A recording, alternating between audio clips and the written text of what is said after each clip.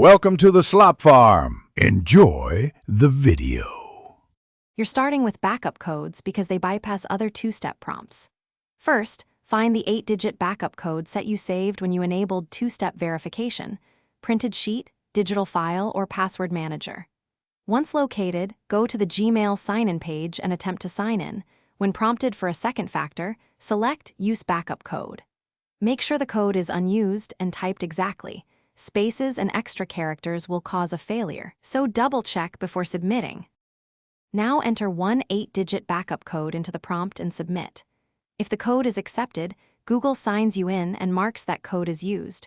So once in, go straight to security settings and generate a fresh set of backup codes or add another verification method. If the code is rejected, don't retry the same failed code. Try a different unused code. Also, make sure your device's clock is accurate and your keyboard layout matches, because timing or input mismatches often cause rejection. Finish by revoking any used backup codes and creating a fresh set. Store copies in at least 2 secure locations, like a password manager and a locked physical copy.